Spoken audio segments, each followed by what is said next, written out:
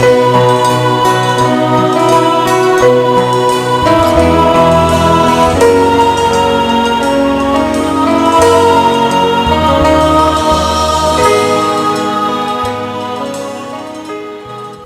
नमस्कार। एक मुलाकात कार्यक्रम में आप सबका बहुत बहुत स्वागत है। मैं हूं जैनेन्द्र। पिछले दिनों एक किताब पढ़ने को मिली, तिनका तिनका मध्य प्रदेश। दरअसल तिनका तिनका के बारे में हमने पहले भी चर्चाएं की हैं, इसलिए बड़ी उत्सुकता से उस किताब के पन्ने पलटने शुरू किए। एक पन्ने पर आकर कुछ चंद पंक्तियों पर निगाह टिक गई। जेल में बंद मां के आंचल को पकड़कर वो अपने हाथों की मटमैली लकीरों को रोज टटोलते हैं। समय हाथों की लकीरों को उकेरते वक्त शायद बचपन के खांचे को बनाना ही भूल गया। जेल की चारदीवारी के पीछे का बचपन कैसा होता होगा, पहले हमने शायद कभी सोचा ही ना हो, लेकिन वो जीवन किस तरह का हो सकता है ये कल्पना करते ही हमें एक अपनी संवेदनाओं की गहराई में उतरकर कहीं कुछ पीड़ा होती है, कहीं कुछ बेचैनी होती है। हमें लगता है कि ऐसा क्यों है और क्यों हो रहा है ऐसा। इसी उद्देश्य से और इन्हीं चीजों के बारे में थोड़ी और समझ हम पैदा कर सकें अपने अंदर, अपनी संवेदनाओं को जगा सकें उन चीजों के लिए, यानी वो महिलाएं, वो बच्चे जो जेल की चारदीवारी के अंदर हैं, और वो बच्चे जो जिनका दोष तो कोई नहीं पर फिर भी उन्हें वहीं रहना है उन सींचों के भीतर ही। तो इसलिए हमने कोशिश की कि आइए हम जेलों को लेकर ही बात करें, जेलों में बंद जिंदगी को लेकर बात करें और उसमें से जिंदगी के कुछ नए आयाम ढूंढने की कोशिश करें। और इसीलिए आज के इस कार्यक्रम में यानी एक मुलाकात में हमने आमंत्रित किया है डॉक्टर वर्तिका नंदा जी को। डॉक्टर वर्तिका नंदा दरअसल जेल सुधारक के रूप में बहुत ही प्रख्यात हैं। वैसे वो वरिष्ठ पत्रकार भी हैं और शिक्षक भी हैं। लेडी श्रीराम कॉलेज में दिल्ली में ही पत्रकारिता विभाग की आप प्रमुख भी हैं। IIMC दिल्ली में भी आप पढ़ाती रही हैं, लेकिन और बहुत कुछ है जो उनके बारे में जानने की आवश्यकता होगी और हम चर्चा करेंगे। लेकिन अभी फिलहाल आप सबकी तरफ से हम उनका स्वागत करते हैं। डॉक्टर वर्तिका नंदा नमस्कार। मुझे यहाँ आकर बहुत खुशी हुई।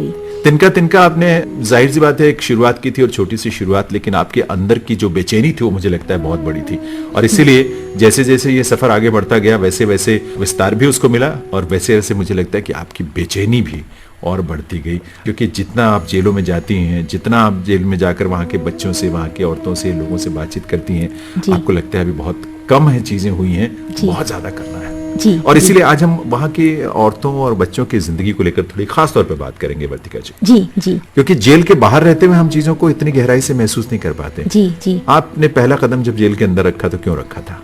मैं उस समय NDTV में क्राइम बीट कवर करती थी और उस समय एक खबर थी जिसे कवर करने के लिए हम अंदर गए थे। उसके बाद कुछ एक और अलग अलग मौकों पर तिहाड़ जेल देखने का मुझे मौका मिला। एक पत्रकार के तौर पर दक्षिण एशिया की सबसे बड़ी जेल तिहाड़ को कई बार करीब से देखने का मौका मिला। कई स्टोरीज वहां पर की और हर बार लौटने पर लगा कि 60 सेकंड की एक स्टोरी करके हम अपनी बात को पूरी तरह से कह ही नहीं पाए। हमने बस जेल को दिखा दिया लेकिन जेल को समझा नहीं। और फिर अपराध के अलग अलग पक्षों को देखते हुए भी मुझे लगा कि जेल के मुख्य दरवाजे के बाहर आकर अक्सर कैमरा जो है वो ठिठक जाता है, लेकिन जिंदगी उसके आगे और बढ़ती है, नए सिरे से बढ़ती है। मैं उस नए सिरे को देखना चाहती थी, लेकिन एक पत्रकार के तौर पर नहीं, एक इंसान के तौर पर। तो मैंने उस इंसानी यात्रा को शुरू किया और फिर होते होते तिनका तिनका को गढ़ा। जब नाम रख रही थी तो सोचा कि ऐसा कौन सा नाम रखूं जो सुनने में और देखने में मामूली भी लगे लेकिन वो जरूरी भी हो, तो तिनका तिनका नाम रखा। और उसके बाद फिर जेलों को मैं बार बार देखने लगी। शुरुआत ये तिनका तिनका तिहाड़ से हुई। बिल्कुल। और ये सफर जो है वो लगातार आगे बढ़ता बिल्कुल रहा। बिल्कुल। तिहाड़ जेल को जब करीब से देखती गई तो मुझे लगा कि यहाँ पर जो महिला बंदी हैं उन्हें जेल नंबर 6 में रखा जाता है। वहाँ की स्थितियाँ क्या हैं। और विमला मेहरा उस समय DG थी, उन्होंने मुझे परमिशन दी और मैं बार बार जेल के अंदर जाने लगी और मैं महिलाओं को मिलने लगी, उनके बच्चों से मिलने लगी और पूछने लगी कि आप क्या कर सकती हैं, क्या करना चाहती हैं। पापड़, बड़ियां, अगरबत्ती बनाने के अलावा इन महिलाओं के अंदर ऐसा बहुत कुछ था जिसे समझने भर की बस जरूरत थी। पर वर्तिका जी, इसमें बहुत सारी महिलाएं तो ऐसी भी होंगी जो बहुत शिक्षित भी होंगी, पर उन्हें भी उसी तरह के एक ही तरह के काम में लगाया जाता है। पूरी देश में करीब करीब 18,000 महिलाएं हैं। हाँ। जो जेलों के अंदर हैं और सबका शैक्षिक, सामाजिक, आर्थिक ये स्तर में बहुत सारी वेरिएशन है। अच्छा। लेकिन जेलें जो है असल में एक सेट पैटर्न से चलती हैं, तो अगर उनके पास कुछ एक वोकेशनल प्रोग्राम्स पहले से हैं उसी के आधार पर जेल आगे चलती है। असल में जेलों में बाहर से ज्यादा कुछ नहीं आता। जेल में ना मोची बाहर से आता है, ना हज्जाम आता है, ना रसोईया बाहर से आता है, ना कोई ऐसा जो सफाई करेगा। सब कुछ जेल के अंदर होता है। जेलें अपने आप को संचालित खुद करती हैं, जेलें अपने आप जीती हैं, जेलें अपने आप गढ़ती हैं। तो अगर वहाँ कोई एक वोकेशनल कोर्स है या कुछ कोर्सेज चल रहे हैं, तो चाहे शिक्षित आए या अशिक्षित, आमतौर पर उसी ढर्रे पर चीजें चलने लगती हैं। और मुझे लगा ये भी मेरे एक शोध का विषय होना चाहिए कि जिनका शैक्षिक स्तर ऊपर है, क्या उनके लिए हम कुछ अलग कर सकते हैं। इसी तरह कई ऐसी महिलाएं मुझे बार बार मिली जो जब जेल के अंदर आई अशिक्षित थी, जेल ने उन्हें शिक्षित बना दिया।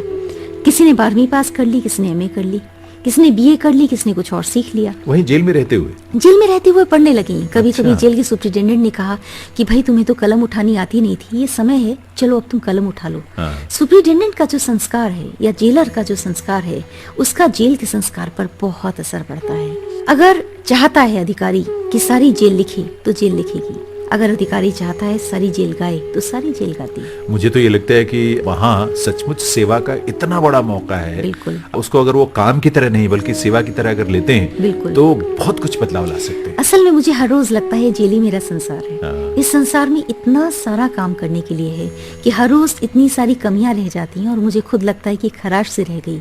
जैसे आपने महिलाओं और बच्चों की बात की। हाँ।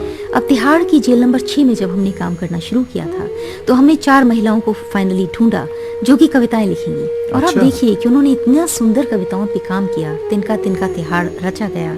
उसे देश के गृह मंत्री ने आपका कॉन्फ्रेंस इसे भारत पहली बार होस्ट कर रहा था, उसकी शुरुआत तिनका तिनका तिहाड़ से हुई और वो उन 4 कवियत्रियों की किताब लिम्का बुक ऑफ रिकॉर्ड्स में शामिल हुई। और जो गाना था उसे बाद में लोकसभा स्पीकर ने अपने कक्ष में लोकसभा में उसे रिलीज किया। एक छोटी सी कोशिश और उन महिलाओं की जिंदगी में आए हुए बदलाव आज इतने साल बाद भी मैं महसूस कर रही हूँ। वर्तिका जी, आपने उस गाने की बात की तिनका तिनका तिहाड़, और मुझे याद आया, बल्कि तब भी हमने इस बात के बारे में एफएम रेनबो पर अपने कार्यक्रमों में चर्चा की थी। मेरा ख्याल है इसमें जो आवाजें हैं जिन्होंने गाया है और जो संगीत संयोजन है वो सब वहाँ के इनमेट्स का ही है, वहाँ के कैदियों का है। बिल्कुल। और जो उन्होंने कपड़े भी पहने हैं, हाँ। वो सब वहीं पर से ले गए थे। उन्होंने मेकअप अपना एक दूसरे खुद किया। अच्छा। पूरा जो संयोजन था वो वाकई उनका था। उन्होंने धुन बनाई, बार बार साथ एक साथ बैठे और धुन पर काम किया। धुन उन्होंने बनाई, गाना मैंने लिखा था, लेकिन ताकत उनकी। हाँ, मतलब इसका कॉन्सेप्ट आपका था, आपने इसको डायरेक्ट किया, पूरा जो वीडियोग्राफी हुई और गीत भी आपने लिखा। लेकिन अब मुझे लगता है इतनी सारी बातें हमने तिनका तिनका तिहाड़ गीत के बारे में की, हमारे श्रोताओं को उत्सुकता ये हो रही होगी कि आखिर वो कैसा गीत होगा। जी, अब मुझे लगता है सुनवा देना चाहिए। जी बिल्कुल। कई बार मुझे बार बार लोगों ने कहा कि क्या ये बंदी हैं। मुझे कई पुलिस अधिकारियों ने पूछा क्या ये वाकई बंदी हैं, ये तो बहुत अच्छे आर्टिस्ट लगते हैं। और मैं ये कहती हूँ आर्टिस्ट भी तो बंदी हो सकता है। सच बात है।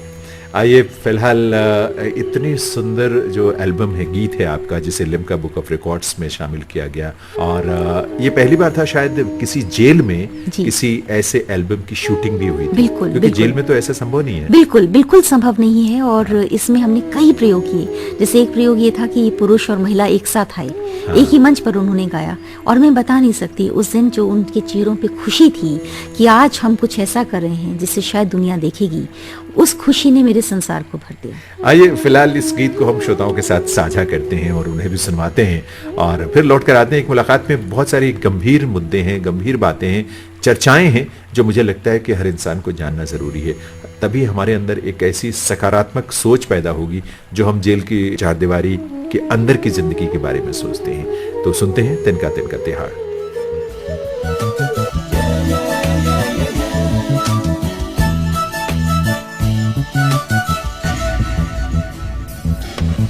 तिनका तिनका तिहाड़ है, तिनके का इतिहास है, तिनके का एहसास है, तिनके में भी आस है। हाँ ये तिहाड़ है, हाँ ये तिहाड़ है, सबका तिहाड़ है, हाँ ये तिहाड़ है।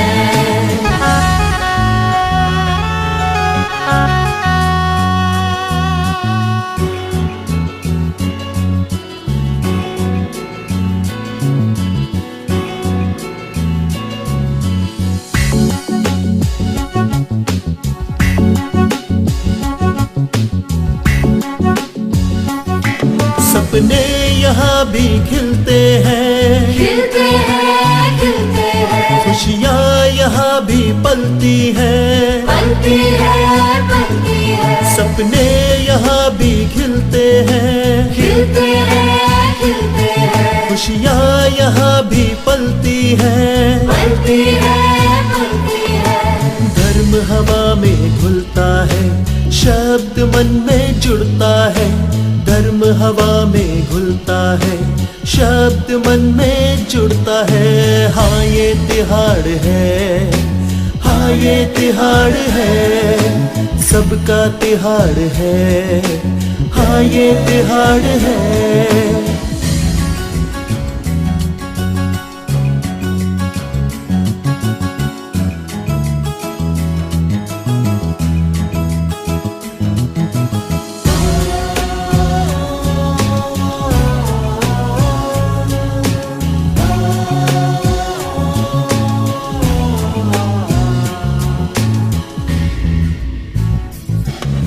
आसमान का छोर नहीं, छोर नहीं, छोर नहीं, गहरा सागर और नहीं। और नहीं, और नहीं, आसमान का छोर नहीं, छोर नहीं, छोर नहीं, गहरा सागर और नहीं। और नहीं, और नहीं, तब भी डोर में सांस है जिसमें इतना ताप है। तब भी डोर में सांस है जिसमें इतना ताप है। हाँ ये तिहाड़ है, हाँ ये तिहाड़ है, सबका तिहाड़ है। हाँ ये तिहाड़ है।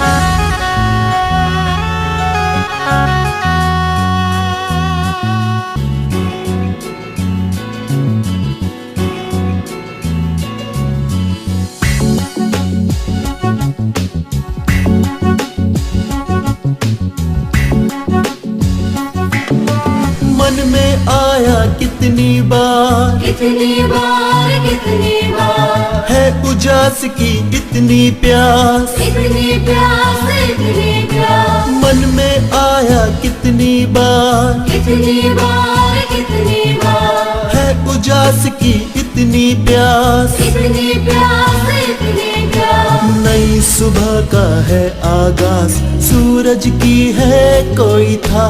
नई सुबह का है आगाज, सूरज की है कोई था।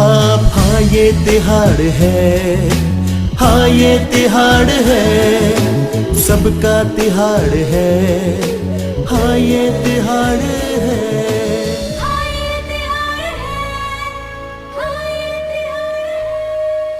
कार्यक्रम सुन रहे हैं आप श्रोताओं एक मुलाकात, और आज इस कार्यक्रम में डॉक्टर वर्तिका नंदा जी से हम बातचीत कर रहे हैं जेल में जिंदगी को लेकर।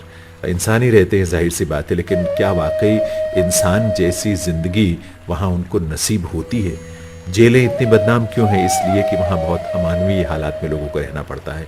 और कानून के हिसाब से हम देखें, हमारी जो संवेदना है उसके हिसाब से देखें, संविधान के हिसाब से देखें, हर किसी को एक इंसान के रूप में जीने का, सम्मानजनक जीवन जीने का अधिकार है। तो क्या जेलों में भी इस तरह की स्थिति है? वर्तिका जी, भारत में महिला बंदियों की संख्या जो आकलन बताते हैं, आंकड़े बताते हैं, लगभग 16,000 है, और उसमें विचाराधीन जो महिला कैदी हैं उनकी संख्या 12,000 है। बिल्कुल। मतलब अगर ये देखें तो सिर्फ 4,000 जो हैं वो सजा याफ्ता हैं और 12,000 जो है वो अंडर ट्रायल्स हैं। बिल्कुल बिल्कुल, ये सारे देश में, ये पुरुषों के साथ भी ऐसा ही है। अंडर ट्रायल्स की संख्या बहुत ज्यादा है। करीब 80% बंदी जो जेल के अंदर हैं वो अंडर ट्रायल्स हैं। और आप ये देखिए कि एक बड़ी फ्लोटिंग पॉपुलेशन है। कोई नहीं जानता और जेल के अंदर का समय क्या होगा। जो जेल का रजिस्टर है वो ये तो बताता है कि अब उनके आने का समय हो गया, जाने का समय क्या होगा वो ठीक से नहीं मालूम होता। तो जो अंदर का जो समय है वो काटे अक्सर नहीं कटता, क्योंकि अक्सर परिवार अपने संबंधों को तोड़ लेते हैं, रिश्ते नाते टूटने लग जाते हैं। इनफैक्ट रिश्तों की जो सच्चाई हो जेल के अंदर जाने पर ही पता लगती है। तो वो जो समय है जब आपके सामने एक बहुत छोटा टुकड़ा है आसमान का, थोड़े सितारे आपको दिखाई देते हैं, उम्मीदें बहुत कम हैं, सूरज की रोशनी बहुत सोच कर आप तक पहुंच रही है, तब आप क्या करेंगी? और ये बहुत बड़ा सवाल है कि उस समय को भरने के लिए और जिंदगी को नए सिरे से शुरू करने के लिए जेलें क्या दे पा रही हैं। आमतौर पर जेलें बहुत कुछ नहीं भी दे पाते हैं। देखिए, मुझे लगता है कि जो हम सुनते हैं एक साधारण आदमी और नागरिक के तौर पर कि जेल मैनुअल होता है, बिल्कुल, और जेल मैनुअल के हिसाब से वहाँ के सारी गतिविधियों का संचालन होता है। तो ये क्या जेल मैनुअल हर जेल का अलग होता है या कुछ जेलों का या देश की जेलों का एक जैसा होता है? देखिए, भारत में जेलें जो हैं वो स्टेट का विषय है जी। और इसलिए हर राज्य अपने हिसाब से एक जेल मैनुअल पर काम करता है, और पर कुछ चीजें ऐसी हैं जो कि यूनिफॉर्म तरीके से चल भी रही हैं। लेकिन कमी वहाँ आती है जब हम बहुत सारी चीज़ों पर ध्यान नहीं दे पाते। जैसे कि इस समय सबसे ज़्यादा मेरी चिंता इस बात पर है कि महिलाएं जहाँ पर बंद हैं वहाँ पर प्लेग्राउंड आमतौर पर जेल में होता ही नहीं। उनके खेलने की सुविधाएं बन ही नहीं पाती। अगर ग्राउंड है भी तो भी उनके लिए कोई ऐसी सुविधा नहीं है कि वो बैडमिंटन खेल सकें नहीं, या आप फुटबॉल या महिलाओं की बास्केटबॉल। बात कर रही हैं, क्या पुरुषों के लिए वो सुविधा उपलब्ध है? जी, पुरुषों के तो ज्यादातर जिलों में क्रिकेट का टूर्नामेंट भी होगा। अच्छा। या बास्केटबॉल वो खेलेंगे, बैडमिंटन खेलेंगे। मैंने इतनी जेलें देखी हैं। हाँ। ये तकरीबन आसानी से वहां पर उपलब्ध होता है। महिलाओं की जेल में जगह होगी भी तब भी एक हिचक रहेगी और ये रहेगी कि अच्छा क्या जरूरत है। अभी हाल में एक जेल अधिकारी मुझे मिले और उन्होंने जो बताया उससे मेरी आंखों में आंसू आ गए सुनकर कि उस जेल में एक छोटा सा दायरा है, सारी दीवारें सफेद रंग की हैं, उस दायरे में वो किसी तरह से चलती हैं। उन्हें वॉक करने के लिए, सैर करने के लिए जगह भी मुहैया नहीं है। सफेद रंग को 24 घंटे देखने के कारण उनकी जो दृष्टि है वो बाधित होने लगी है। उन्हें अब कम दिखने लगा है, उन्हें विजन की प्रॉब्लम होने लगी है। और ये क्या दुखद नहीं है, क्योंकि उन्हें एक सजा मिलनी थी, वो सजा उन्हें समय ने और कानून ने दी। लेकिन अब जेल को उन्हें सजा नहीं देनी। जेल ने उन्हें रिहेबिलिटेशन, जेल ने उन्हें रिफॉर्मेशन, जेल ने उन्हें एक इंसान के तौर पर रहने की जो बुनियादी सुविधाएं हैं वो देने की जेल को कोशिश करनी चाहिए।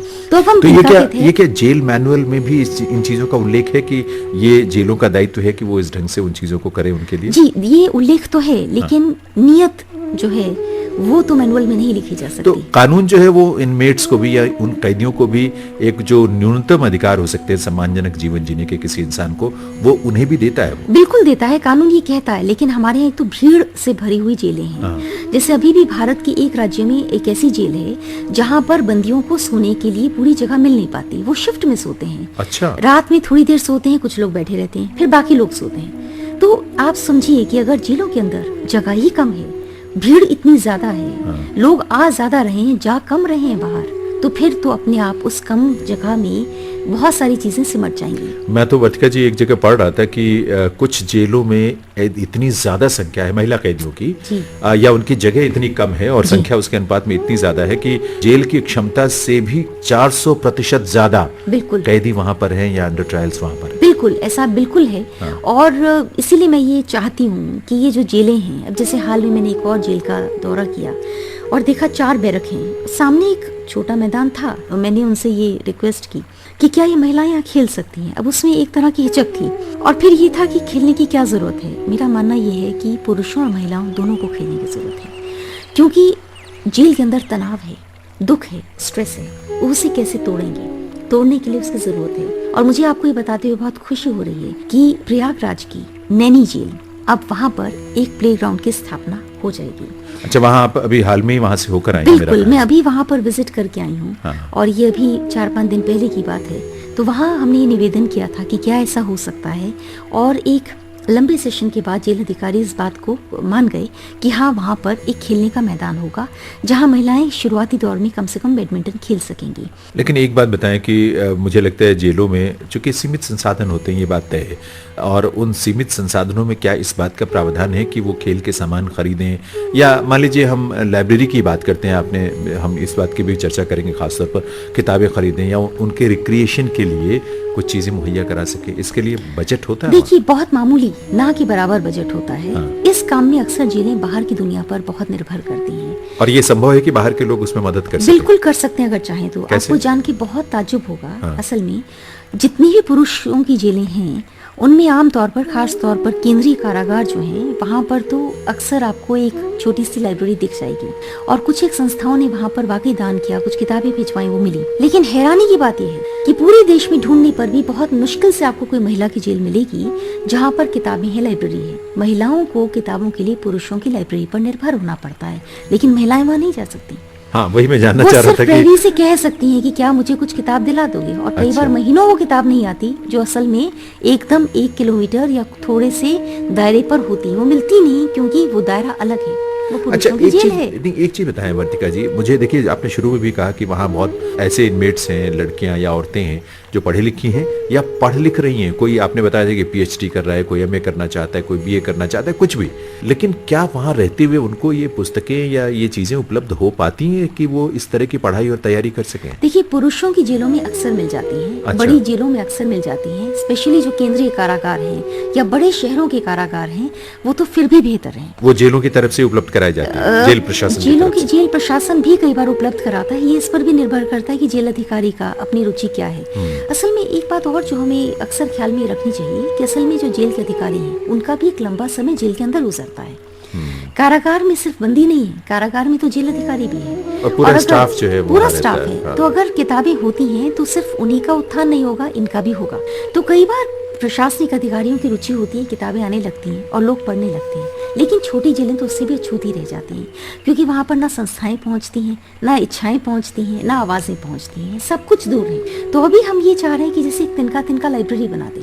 हमने अभी एक जेल में कोशिश भी कर रहे हैं, वहाँ पर कमरा भी तय हो गया है। अब कुछ किताबें भिजवाने की और कुछ पत्रिकाएं भिजवाने भर की दे रहे हैं। कई बार महिलाएं बताती हम सिविल सर्विसेज की तैयारी कर रहे थे जेल में आने से पहले, अच्छा। या मैं तो एमए कर रही थी, या मेरा बीए का एग्जाम था, यहाँ आने के बाद तो मुझे कुछ मिल नहीं पाता।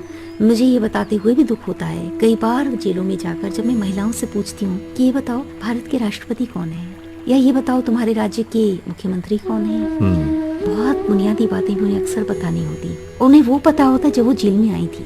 नहीं, लेकिन एक बात है कि क्योंकि उनके पास पढ़ने लिखने का कोई माध्यम नहीं है, वहाँ टेलीविजन होता नहीं है, वहाँ रेडियो भी मेरे ख्याल है उपलब्ध नहीं हो पाता है, अलाउड नहीं है, और अखबार पहुँचते हैं उनके पास। अब देखिए, इसमें बड़ी ताज्जुब की बात यहाँ भी है, बहुत सीमित अखबारें पहुंचती हैं। जैसे मैंने एक जेल में देखा जहाँ पर करीब करीब 320 महिला बंदी हैं, 2 अखबारें आती हैं। अच्छा। अब वो 2 अखबारें भी ऐसा नहीं कि सुबह सुबह जैसे हम अपने घरों में चाय की चुस्की के साथ हमें अखबार मिलती है, जेल को तो अखबार भी बड़ी देर से मिलती है। और अखबार जब तक बंदियों तक पहुंचती है, वो सब बंदियों तक पहुंच ही नहीं पाती, वो घूमते हुए अखबार पहुंचती है और चिंदी चिंदी हो जाती है शाम तक। और आप समझ सकते हैं कि इसीलिए वो फ्रोजन मेमोरीज में कई बार महिलाएं रहने लगती हैं। उन्हें लगता है जब वो आई थी 5 साल पहले जो सरकार थी शायद वैसा ही है, या जब 8 साल पहले उनके गाँव की जो स्थिति थी वही है। ऐसा नहीं होता, चीजें बदल गई हैं, बदल रही हैं। तो कई बार जब घर के लोग आते हैं, कोई संदेशा लाते हैं, कुछ मिठाई का एक टुकड़ा लाता है, साथ में कोई बता भी देता है कि अच्छा ये चीजें बदल गई।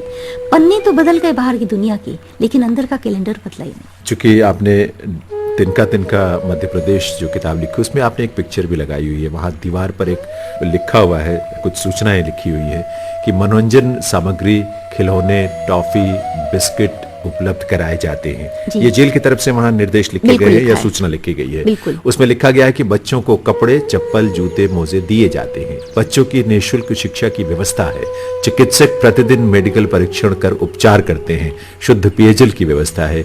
पाठशाला जेल के बाहर जेल परिसर में है और चिड़ियाघर या बाजार, मंदिर दर्शन के लिए बच्चों को ले जाया जा सकता है। इस तरह की चीजें वहाँ दीवारों पर संदेश के रूप में लिखी हुई है, सूचना के रूप में लिखी हुई है। जी, क्या वहीं तक सीमित है ये चीजें? देखिए, अंतिम हिस्से पे थोड़ा सा दिक्कत है। हाँ।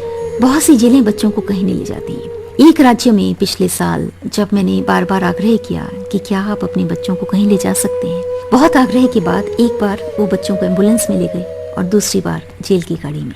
और आप मुझे देखिए लगता कि है कि क्या उनमें दुखद नहीं बैठकर है। जाना भी लोग तो पता नहीं किस नजर से देखते होंगे कि ये बताइए। जेल की गाड़ी में बच्चे यहाँ घूमने आए हैं। क्योंकि जेल के पास अलग से कोई गाड़ी नहीं है। जेल ये कहती है कि हम इंतजाम कहाँ से करें, और मुझे लगता है कि क्या बाहर की दुनिया इतनी छोटी है कि जेल के अंदर बैठे हुए बच्चों के लिए कोई एक ऐसी गाड़ी का इंतजाम नहीं हो सकता कि बच्चे जाएं एक दिन चिड़ियाघर दिखाएं। कितने बच्चे जिन्होंने आज तक तोता नहीं देखा, वो पहचानते ही नहीं कि तोता कैसा होता है, बिल्ली कैसे होती है, कबूतर होता कैसा है। उन्होंने बहुत सी चीजें देखी नहीं, उन्हें नहीं पता सड़क कैसे होती है, गाड़ी कैसे होती है, बस कैसे होती है, क्योंकि उन्होंने बाहर की दुनिया तो देखी नहीं। उनकी आंख तो जेल के अंदर खुली। और ये सारे अघोषित अपराधी हैं, कोई अपराध इनका नहीं है सिवाय इसके कि उनकी माता या उनके पिता जेल के अंदर है। ये चीजें बहुत अंदर तक कचोटती हैं और बहुत कुछ सोचने के लिए मजबूर करती हैं, बल्कि ऐसा लगता है कि बहुत कुछ किए जाने की आवश्यकता है। लेकिन इस बातचीत के बहुत सारे और आयाम हैं वर्तिका जी, जिन पर आपसे हम बातचीत करेंगे।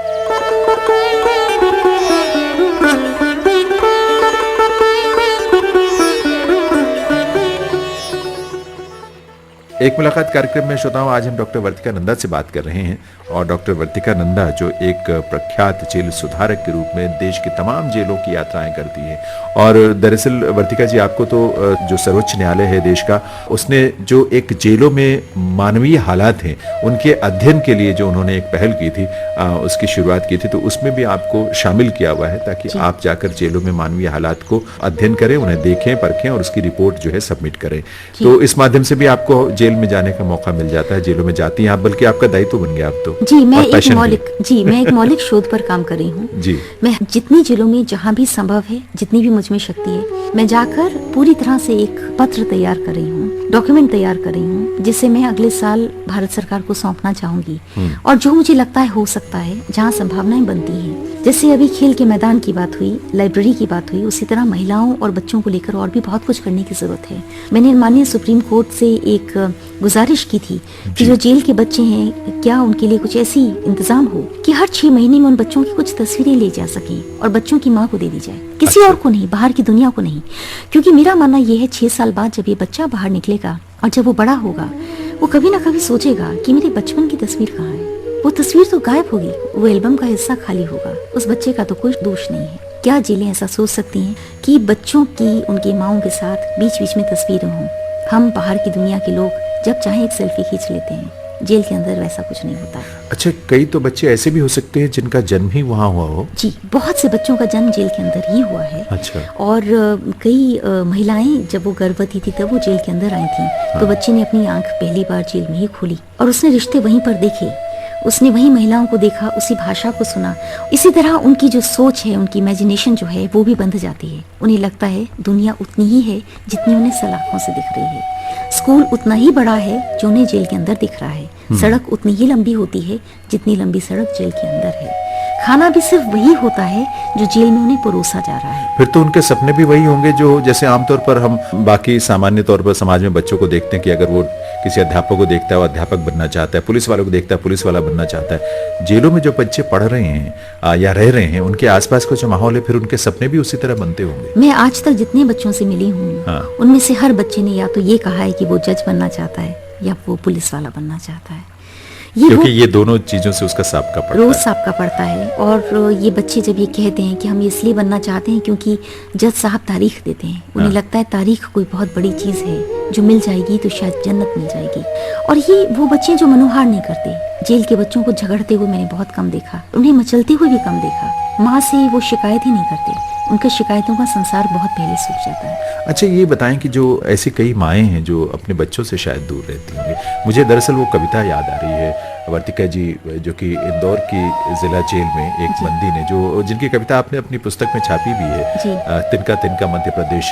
2 चीजें जो आपने उनसे पूछी कि ऐसा क्या था जो ना हुआ होता और क्या है जो आप करना चाहती हैं, तो उन्होंने कहा कि मेरे पति ने आत्महत्या ना की होती, मैं अपने बच्चों से दूर ना होती, मैं अपने बच्चों को माँ का प्यार दे पाती। और भविष्य की इच्छा उन्होंने ये बताई है, ज्योति जिनका नाम है, और आजीवन कारावास की उनको सजा भी मिली है।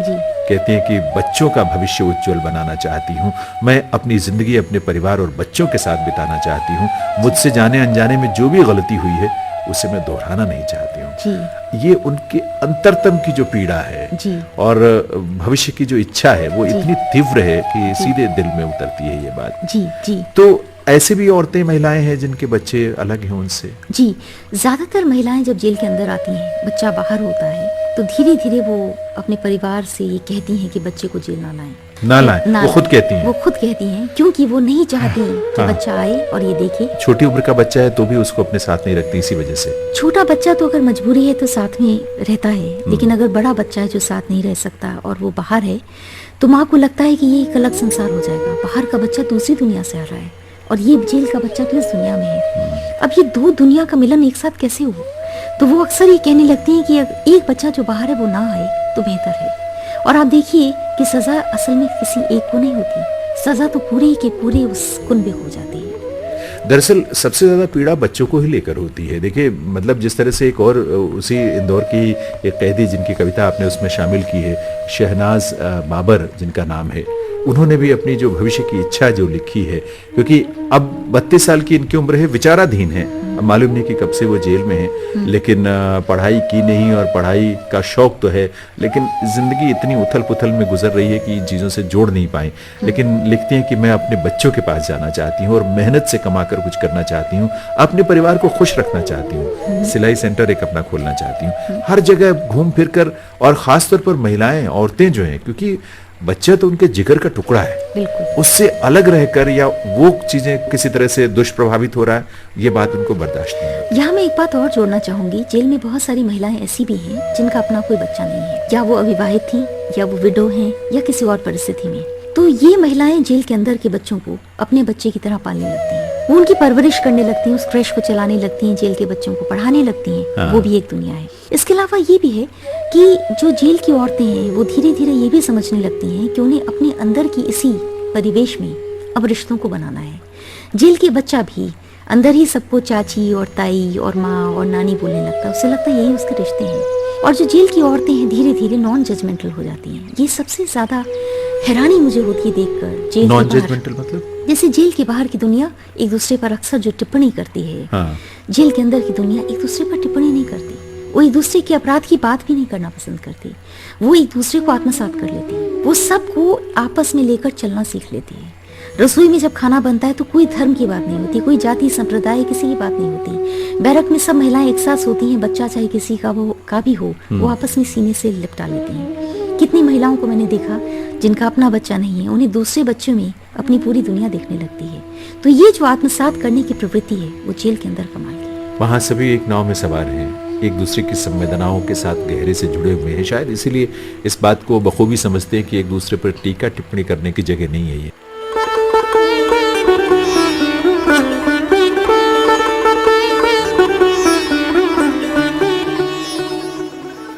श्रोताओं, डॉक्टर वर्तिका नंदा से आज एक मुलाकात कार्यक्रम में हम बातचीत कर रहे हैं, और बातचीत बहुत ही एक ऐसा मुद्दा जो बहुत गहरे संवेदनाओं से जुड़ा है, जो मानवीय जो हालात होते हैं जेलों में, उसमें जीवन किस तरह आगे बढ़ता है, और उसमें बचपन से लेकर बूढ़े तक। मुझे लगता है कि बहुत सारी जेलों में मैं देख रहा था कि काफी बड़ी संख्या ऐसी कैदियों की भी है वर्तिका जी, जो 80 वर्ष से भी ऊपर की उम्र है उनकी, और इस तरह के कैदी आखिर उनको उन जेलों के बीच में रखा गया है। जो भी कानूनी प्रक्रिया होती है वो तो होनी है पूरी, लेकिन मुझे एक चीज समझ में नहीं आती कि चूंकि जेल सुधार को लेकर थोड़ी कोशिश सर्वोच्च न्यायालय के माध्यम से जो हुई, जिसकी कमेटी के आप मेंबर भी हैं, जी। उसके पीछे क्या उद्देश्य था? जस्टिस मदन बी लोकूर इस बेंच के तहत उन्होंने ये कोशिश की थी कि जेलों में क्या सुधार हो, उसके लिए तमाम राज्य अपने अपने सुझाव दें।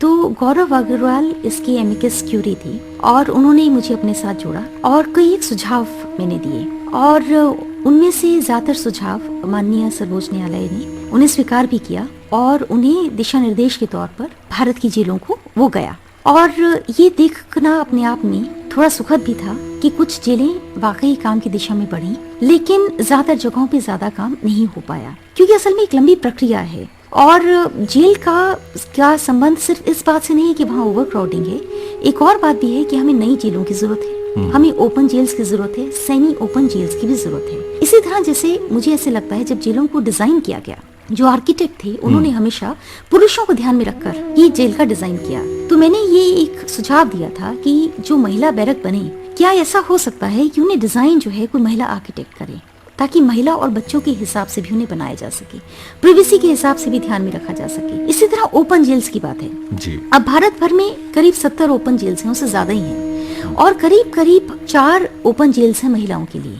हमें उससे ज्यादा की जरूरत है। अच्छा, जो ओपन जेल की बात आप कर रही हैं, ये क्या है, इसका कॉन्सेप्ट क्या है? ओपन जेल एक ऐसी जगह है जहाँ की सजा के अंतिम दौर में जिन बंदियों के बारे में जेल प्रशासन समझता है कि इन्हें वहाँ भेजा जा सकता है, तो वो अपने परिवार के साथ वहाँ पर रह सकते हैं। परिवार अच्छा। वहाँ पूरा दिन रहेगा, और जो बंदी है वो चाहे बाहर जाके कोई भी काम करे और लौटकर फिर शाम में वापस आ जाए।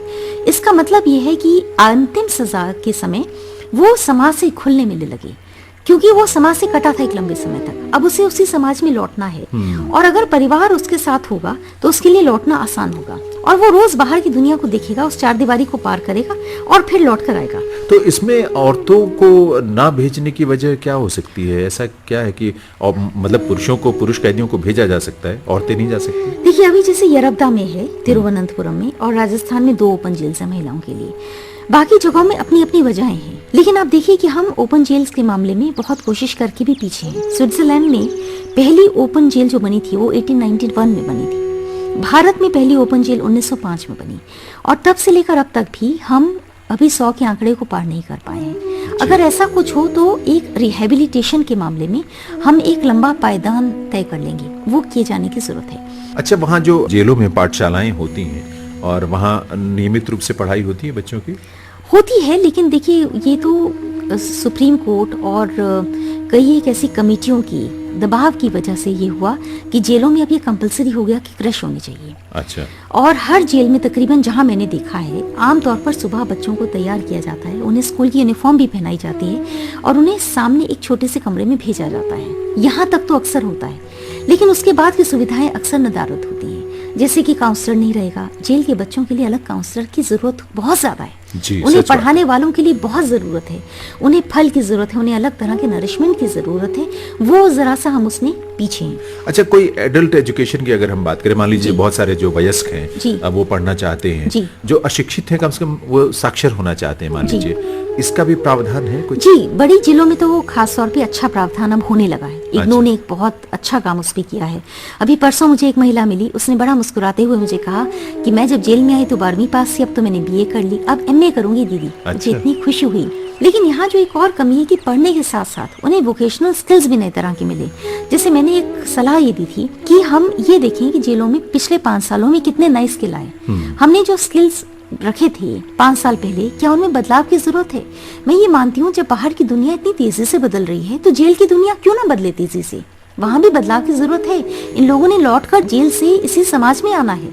हम उन्हें क्यों ना इक्विप करें, नई चीजों से उन्हें पढ़ने दें, उन्हें सीखने दें। जब वो पश्चाताप का उनका समय है, उन्हें ये भी तो मौका दें कि वो नई चीजों को सीख पाए, ताकि जब वो बाहर आए तो उन्हें ये ना लगे कि किसी और संसार में आ गए।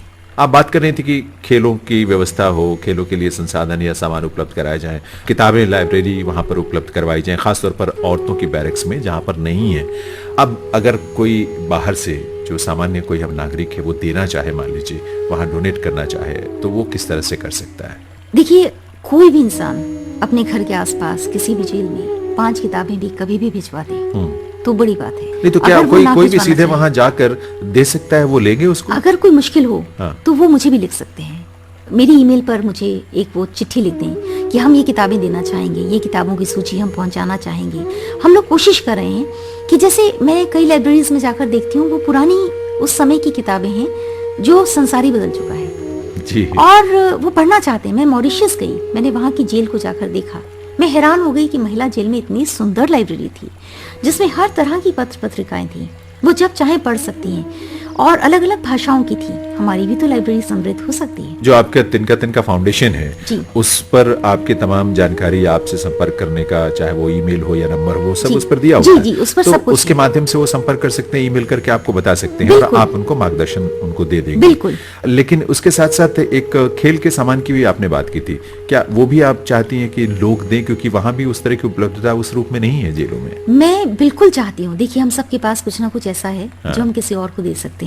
तो चाहे वो एक गेंद हो, चाहे वो एक बास्केटबॉल हो या एक बैडमिंटन हो, ये छोटी छोटी कोशिशें बहुत बड़ा काम कर देंगी। इसके अलावा वर्तिका जी, आपने जिस तरह से आगरा की जेल को आपने बहुत फोकस किया है, वहाँ आप बहुत फ्रिक्वेंट विजिट करती हैं, मुझे मालूम है, वहाँ के लिए क्या कुछ विशेष करने की कोशिश कर रही हैं आप? देखिए, मुझे ऐसे लगता है कि मैं एक शिक्षक भी हूँ और मीडिया को करीब से देखा है।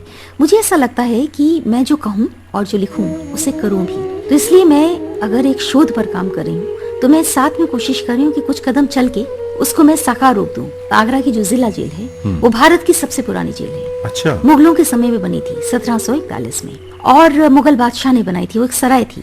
अब मैं इस जेल में चाहती हूँ कि इसमें कुछ हम बदलाव लाएं, जैसे कि महिला जेल में खेलने का मैदान हो, महिला जेल में एक लाइब्रेरी हो, और आपको जानकर बहुत खुशी होगी कि वहाँ पर एक रेडियो भी होगा।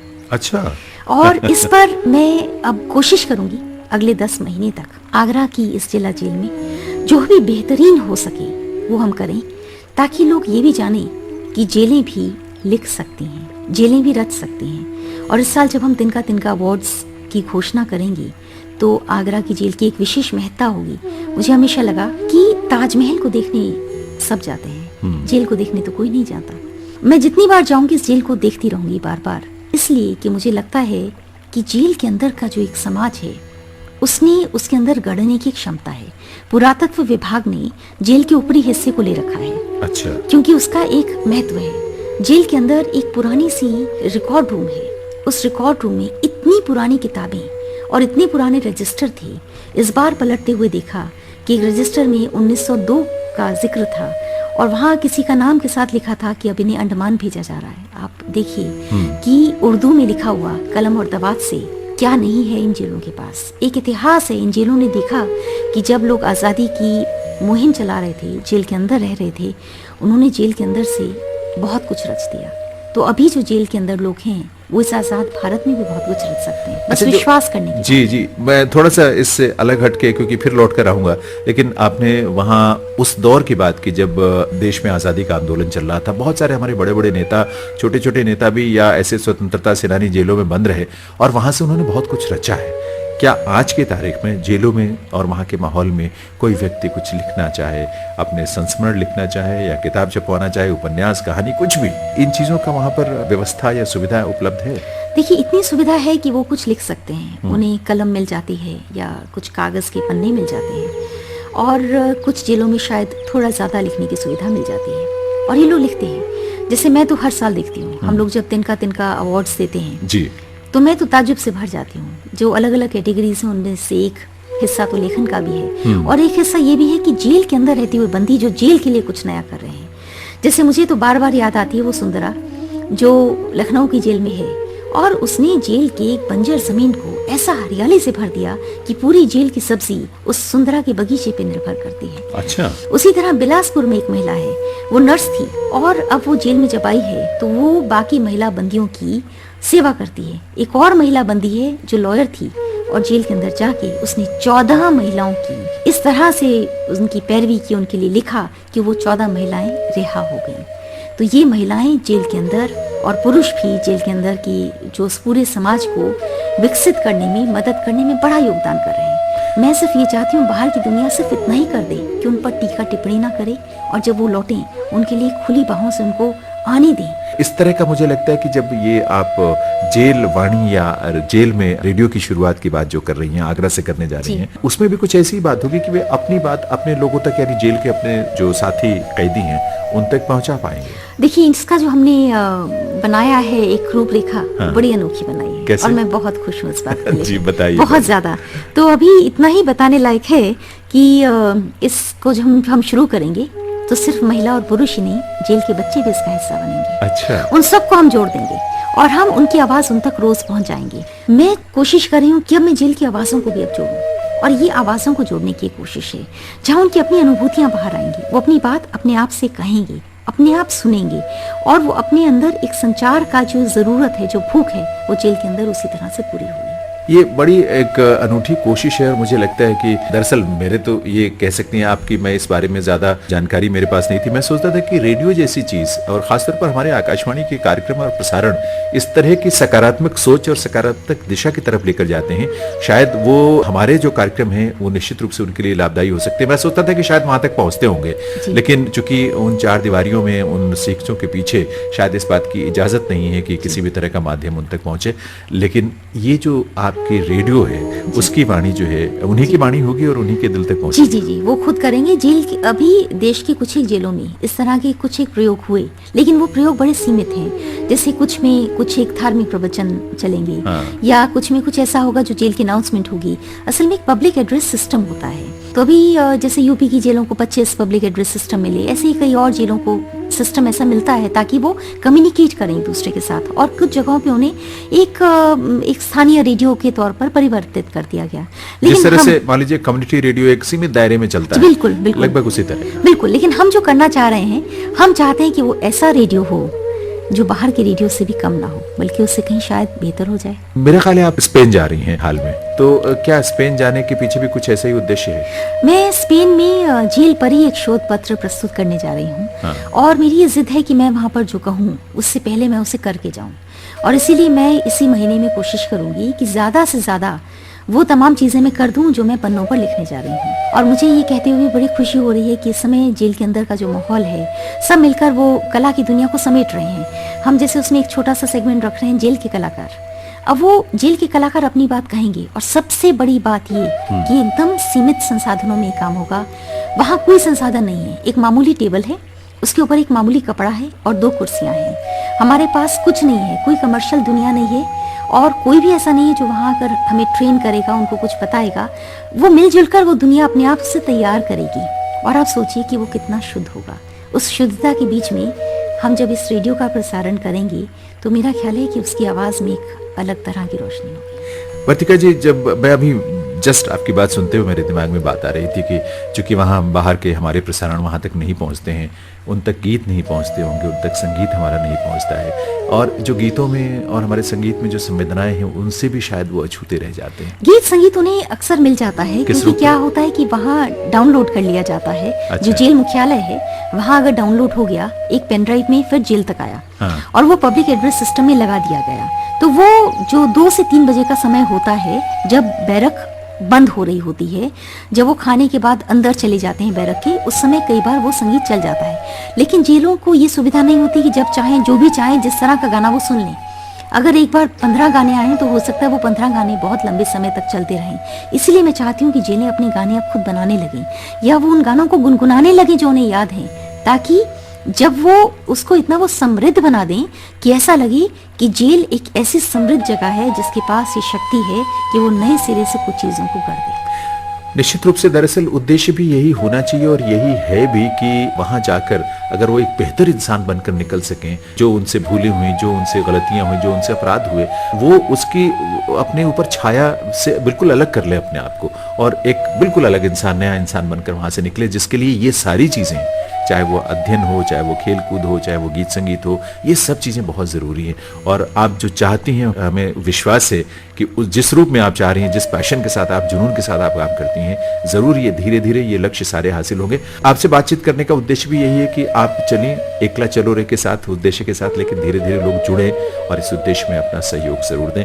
फिलहाल अभी के लिए इस कार्यक्रम में आने के लिए डॉक्टर वर्तिका नंदा आपका बहुत बहुत आभार। आपका भी बहुत बहुत आभार, मुझे बहुत खुशी हुई सबसे बात करके। श्रोताओं, डॉक्टर वर्तिका नंदा से जो बातचीत आपने सुनी है, बहुत चीजें हैं जो आपको कचोटेंगी, बहुत सारी बातें हैं जो आपके मन को शायद कहीं पीड़ा दें, लेकिन बात यह है कि अगर आपके अंदर कोई पीड़ा का भाव जागेगा तो आप खुद ब खुद एक अपने अंदर ये ऊर्जा भी महसूस करेंगे कि नहीं, आपको भी कुछ इस बारे में करना है। दरअसल आशाएं जिंदगी में हमेशा हमें आगे बढ़ने के लिए प्रेरित करती हैं। मुझे डॉक्टर वर्तिका नंदा की ही एक पुस्तक है तिनका तिनका डासना, और उसमें राम कुमार गौतम वहाँ बैरक संख्या 5 में डासना जेल में जो रहते, उन्होंने एक कविता लिखी और उसी कविता के साथ मैं आपको छोड़े जाता हूँ, क्योंकि उस कविता में जो भावनाएं हैं वो हमारे शब्दों से कहीं ज्यादा, कहीं गहरी हैं।